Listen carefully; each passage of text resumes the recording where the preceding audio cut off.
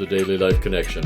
We're continuing with Luke chapter 15 and how it reveals God's heart to us, how it corrects our vision. It's like putting on a set of glasses and seeing Father clearly for a change. We see him in focus in this story. Today I want to focus on the fact that the Son is qualified for these blessings. We talked yesterday about how God is a blessor, and we're going to talk today a little bit about how the Son is qualified to receive these blessings. How does he qualify for them? Well, I'm going to tell you, he qualifies just because he's a son. He qualifies because he's part of the family. He's in the family. He qualifies for blessings because his Father has qualified him. His Father has created this Son. This Son is part of this family. And so the reality is today, we need to understand you and I are qualified because of what Jesus has done for us. The Father has qualified us. Let's look at Colossians chapter 1 again today. And there's a wonderful verse here in verse 12. Give joyful thanks to the Father who has qualified us to share in the inheritance of the people of God, of his holy people. He has qualified us to share. Not he will if you do this, not he might, not he will think about it, but he has done it. It is an accomplished thing. It is done. There is no question about whether it's valid or not. You and I are qualified. We are qualified. You know, if we have a passport or whatever, they may check it to make sure that it's valid. It's not out of date, or that it's not fake, or that it's not manipulated or corrupted in some way. Well, when God examines our passport, he finds us fully qualified. And it's because the King himself has given authority that we are fully qualified for everything that pertains to life and to godliness, to live well, and to live in the paths that God has for us. He qualified you and I. I mean, it's a simple little truth today, but I think it is so powerful. Therefore, we can come boldly to the throne. Hebrews chapter 4 tells us that. Let us come boldly, or let us come with confidence, one translation says. I really like that. You and I can come into Abba's presence with confidence.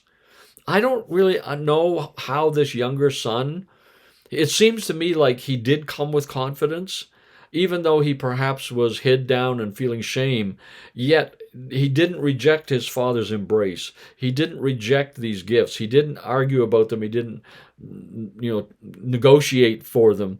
He just simply accepted it. There was a certain level of, it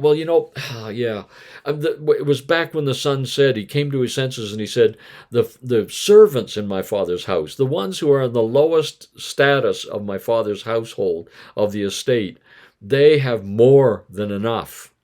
More than enough. And so I really believe that gave him that confidence to come into his father's presence, expecting that his father would be gracious with him and treat him well. You and I, so many times I think we come into prayer and it's like, oh, I know I'm such a failure, and I know I'm a sinner, and I haven't done this and I haven't done that, and we list all of our reasons that we're disqualified, instead of coming before the Father and saying, Abba, I can't believe that through what Jesus has done on the cross, I am fully qualified to come into your presence and to share in the inheritance that is ours in Christ Jesus. Share fully in it. We are qualified because he has qualified us. You see, it goes back to, I've talked about how he's a blesser, how he blesses us because it's his nature. He blesses us because he is chosen to, not because of who we are or what we've done. And this all ties together, that this God is the God who, he not only has all these blessings and wants to share them, but he's done everything necessary through Jesus to make sure that we have full access to them. Isn't that amazing?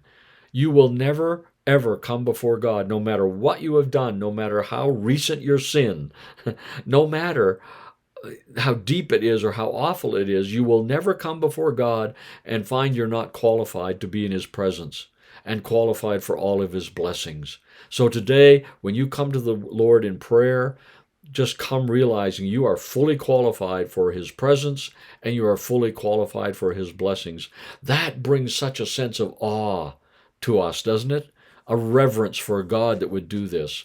Well, awesome truth today. You are qualified to be in his presence. You are qualified for every blessing. You are qualified to share in the inheritance of the saints. That's good news for us today. Let's think about that and rejoice in it, and we'll talk again tomorrow.